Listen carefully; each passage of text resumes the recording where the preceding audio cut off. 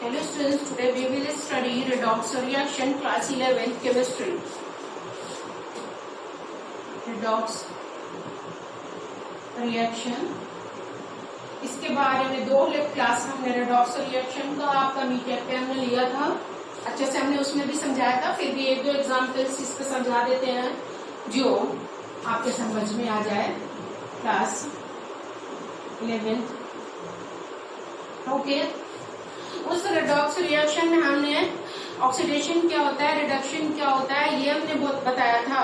और साथ ही साथ हमने ये बताया था कि किसी एलिमेंट का ऑक्सीडेशन नंबर क्या होता है, यानी चेंज होता रहता है। यानी एक एलिमेंट का ऑक्सीडेशन नंबर एक नहीं हो सकता, वो ऑक्सीडेशन नंबर चेंज होता है, चेंज होता रहता है। 100% करेक्ट क्या है, 100% करेक्ट ऑक्सीडेशन नंबर को फाइंड करने के लिए तरीका ये है कि उसका स्ट्रक्चर बना लिया जाए, उसका स्ट्रक्चर बना लिया जाए और उसको देखा जाए कि ये कितना इलेक्ट्रोनेगेटिव है या कितना इलेक्ट्रोपॉजिटिव है। इसको कॉमन लेकर के हमने बोला कि इलेक्ट्रोनेगेटिव देख करके कि जो एलिमेंट हाईली इलेक्ट्रोनेगेटिव है उसे हम -1 ले लेते हैं। यानी हाईली इलेक्ट्रोनेगेटिव जो भी एलिमेंट है उसे उस वक्त हम क्या मान लें, एज्यूम कर लेते हैं कि वो -1 ऑक्सीडेशन नंबर उसका है। और जो लेस इलेक्ट्रोनेगेटिव है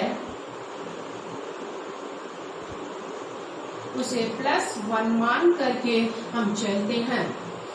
अलग अलग एग्जाम्पल है, जैसे H2SO4 का स्ट्रक्चर अगर हम बनाएं कि इसमें सल्फर का ऑक्सीडेशन स्टेट बताइए। सल्फर का oxidation number of sulphur, find the oxidation number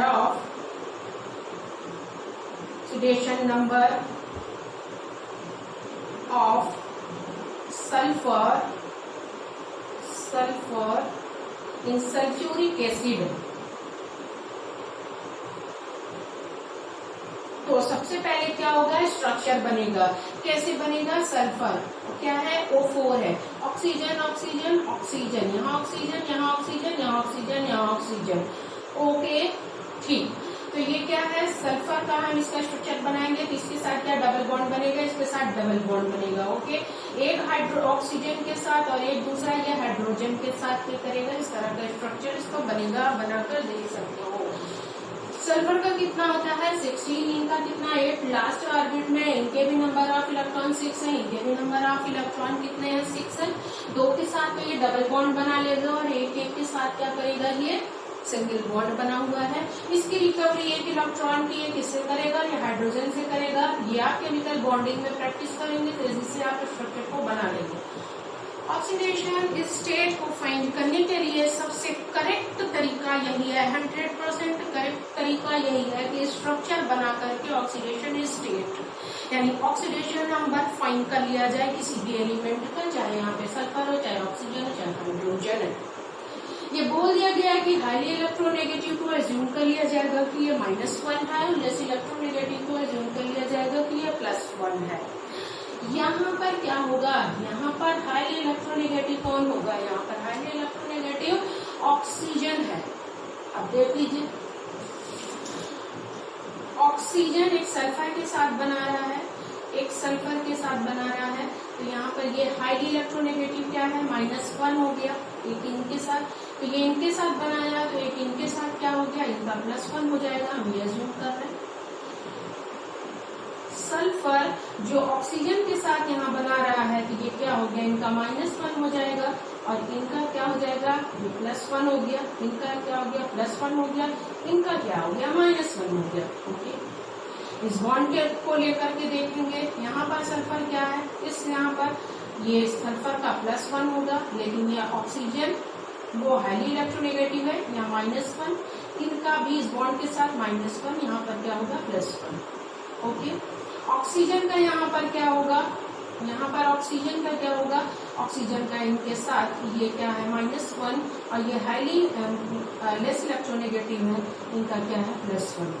hydrogen को क्या मान लिया गया है, हाइड्रोजन का +1, यानी इनका क्या हो गया, +1 है, ये मान लिया गया।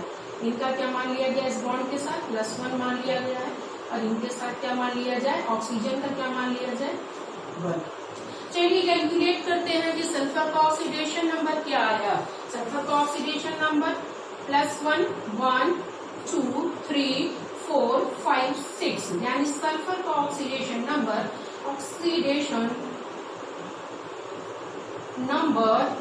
Of sulphur is equal to +6।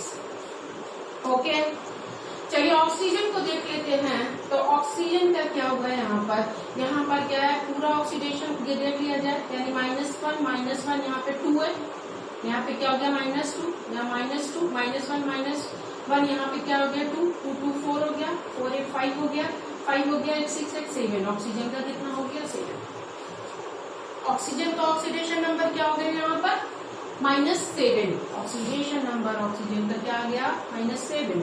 Okay, hydrogen का ले लिया जाए तो हाइड्रोजन का +1 और +1, हाइड्रोजन का कितना हो गया, यानी +2। ओके, ये है ऑक्सीडेशन नंबर। सेम उसी तरह से चलिए हम ये देखते हैं किसमें, SO2 में, सल्फर डाइऑक्साइड में देखते हैं। सल्फर, यहाँ पर ऑक्सीजन, यहाँ पर ऑक्सीजन, ये हो गया ऑक्सीजन और यहाँ हो गया ऑक्सीजन। ये क्या है, ऑक्सीजन का हम एक सीरीज लेंगे, वो सीरीज में क्या होगा, ऑक्सीडेशन स्टेट को हम पीरियोडिक टेबल से लर्न करेंगे कि मोस्ट ऑक्सीडेशन नंबर को नहीं, बल्कि हम ये उसमें लर्न कर लें कि हाईली इलेक्ट्रोनेगेटिव कौन एटम है, यानी हाईली इलेक्ट्रोनेगेटिव जो है उसको हमें -1 लेना है। बहुत तेजी से ऑक्सीडेशन नंबर फाइंड कर लोगे किसी भी एलिमेंट का। अब यही सल्फर का ऑक्सीडेशन नंबर यहाँ पर 6 है, लेकिन यहाँ पर इस सल्फर का ऑक्सीडेशन नंबर चेंज होगा। अब देखते हैं यहाँ पर क्या है, क्यों हमने इनके साथ इस तरह से बनाया। अब ये देखते हैं इनके साथ क्या बनता है। ओके, SO2, ये कौन सा बॉन्ड बनेगा, बॉन्ड देखना है। इनके बीच में क्या है, यानी कि यहाँ क्या बॉन्ड बनने वाला है, डबल बॉन्ड बनेगा, ये बॉन्ड बनेगा। ओके, डबल बॉन्ड बनेगा, 2 की यहाँ शेयरिंग, 2 की यहाँ शेयरिंग हो जाएगी, यहाँ पे इनका ये हो जाएगा। ओके, तो फिर यहाँ पर इस बॉन्ड के लिए इनका क्या हो गया, -1, इसके लिए क्या हो गया, -1, इसके लिए इनका क्या हो गया, +1, इस बॉन्ड के लिए क्या होगा, +1, इस बॉन्ड के लिए क्या होगा, +1, इसके लिए क्या होगा, +1, इनके लिए -1 और इनके लिए -1। तो यहाँ पर सल्फर के लिए देखते हैं कितना हुआ, सल्फर 1 1 2 3 4, यानी सल्फर का यहाँ पर क्या हो गया, 4 हो गया। और ऑक्सीजन का यहाँ पे क्या हो गया, -1 -1, यानी -2 यहाँ पे क्या हो गया, -4 हो गया। ओके, जैसे कॉपी करिए, 1 2 एग्जाम्पल और करवा दे जल्दी से। ओके,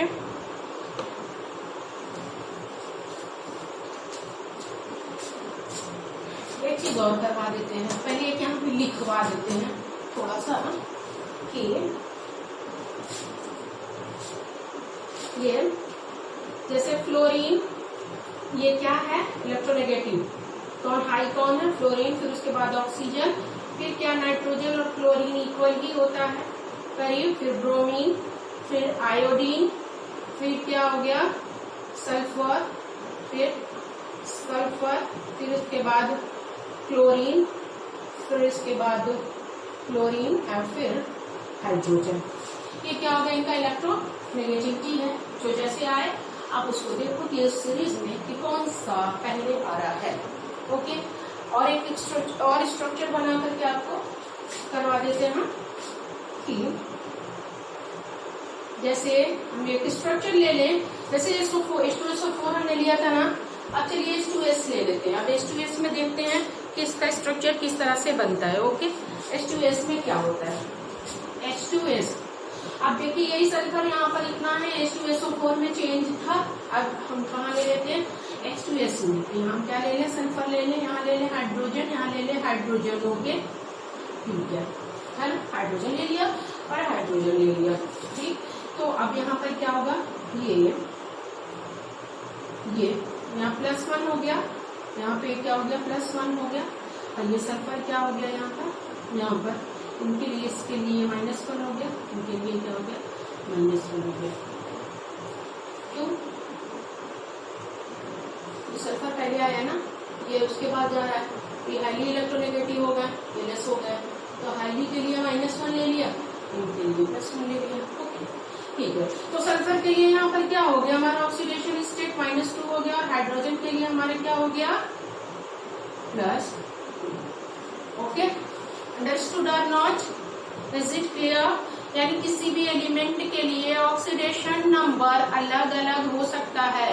एक और इम्पोर्टेंट बात बता दें, किसी सेम एलिमेंट के लिए जो कोवेलेंट बॉन्ड बनाता है, खास करके ये कोवेलेंट बॉन्ड बनाते हैं, आयनिक बॉन्ड में ये नहीं होगा, जो कोवेलेंट बॉन्ड बनाते हैं, किसी भी एलिमेंट जो कोवेलेंट बॉन्ड बना रहे हैं, अगर वो सेम काइंड ऑफ एलिमेंट के साथ बना रहे हैं, सपोज करिए अगर ये क्या है, P4 है, P4 में अगर हम देखें P, यहाँ लिख दे P, ये बना रहा है P, ये बना रहा है P। ओके, तो यहाँ पर क्या होगा, यहाँ पर क्या होगा, यहाँ पर इस स्टेज में क्या होगा, सेम काइंड ऑफ एलिमेंट के साथ जो ये P4 बना रहा है, ये सबके लिए ये 0 ले लिया जाता है ऑक्सीडेशन नंबर।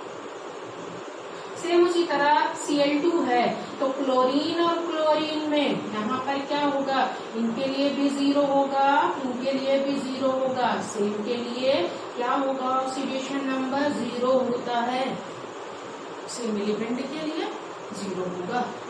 चाहे S8 क्यों ना हो, चाहे O2 क्यों ना हो, H2 क्यों ना हो, N2 क्यों ना हो, सबके लिए ये जो बॉन्ड है, यानी ऑक्सीजन डबल बॉन्ड O, ये हाइड्रोजन सिंगल बॉन्ड, ये नाइट्रोजन ट्रिपल बॉन्ड, ये सबके लिए ऑक्सीडेशन नंबर 0 ही होगा।